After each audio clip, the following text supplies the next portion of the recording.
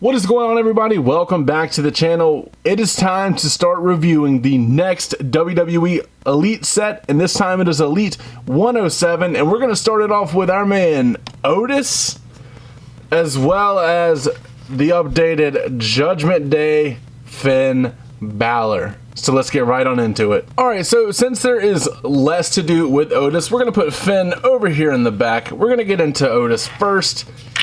He comes with, obviously, the Shoosh cloth t-shirt, which is nice because it's cut bigger than Chad Gable's from Elite 106, so you know whose is who. Also, the print's bigger. There's an issue with, like, bigger guys. The decal is always printed shorter for them on their shirts, so that is pretty cool to see that they did upsize it. We take the tank top off. This is my first time actually doing this, so this is the singlet mold that I think we saw from his first ever Elite. Let me double check. Yeah, this is the same mold as his first ever Elite, but it does look taller. Is it just me or does he look he's definitely taller. And I don't know what part they chose differently. Because, that's weird, but he is definitely taller. As far as the figure itself, I'm just noticing this as well. I'm definitely going to switch the white boots onto this instead of the red boots. I don't think the red matches at all, and the white at least matches with the gear. So I'm glad I pulled that out because now I know to do that boot swap. But as far as Otis goes, we have seen this upper body entirely. We've seen the lower body. The only thing new here, of course, is this boot here. This is a unique sculpt to him, but this time it is in red and black, as we just saw, opposed to the white and black. We've seen double jointed arms on Otis. These hands seem to be really, really small for his body. But the big selling point here is that it is our first time getting a short-haired Otis. Now, we have the fluffed out beard here, not as long as his previous releases, but we take this off, and then we go to a more manicured, slick back hair, and as you see, there's a pretty big difference, I would say. One's kind of messy, like mid-match, post-match. This is pre-match.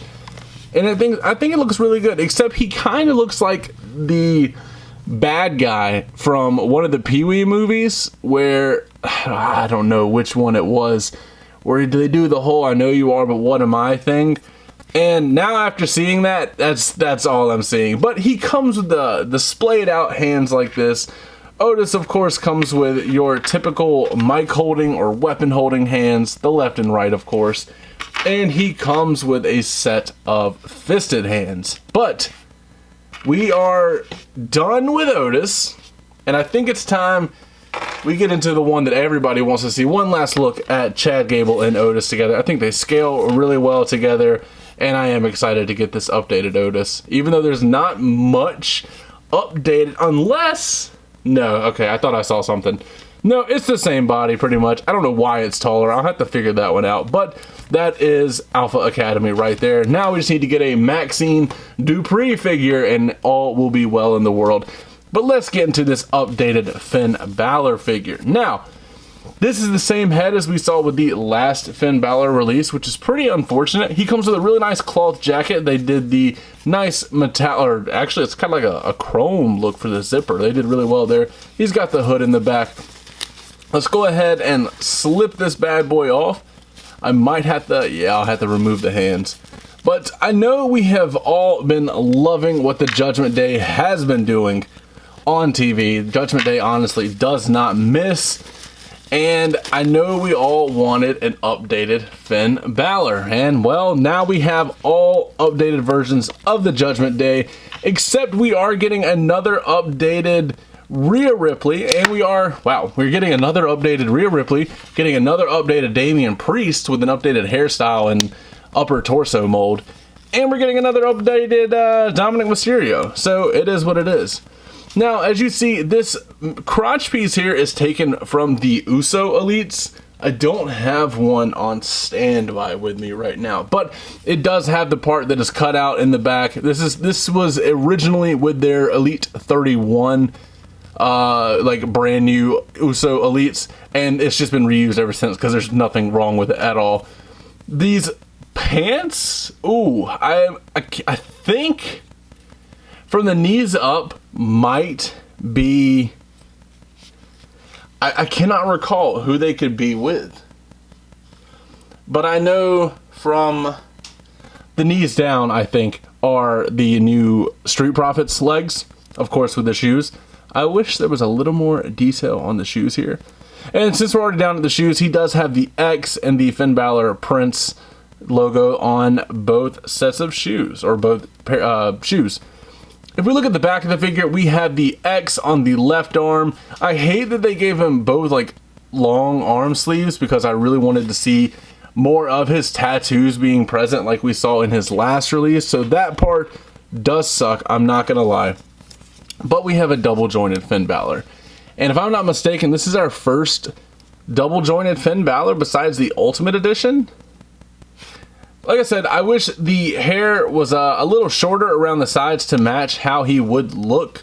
But the torso choice is fine. I do think the figure is short. I love the addition of the towel or the bandana sticking out the back. If you get a customizer to do like a purple flannel or just some kind of purple shirt to put on him, it's going to look great. He also he comes with shooter hands, as we have seen with his last release. Those would look really good with a Jazzwares Hangman, honestly, or the guns, which you guys have seen me do lately, Colton and Alston gun. Comes with the shooter hands, which is a nice addition.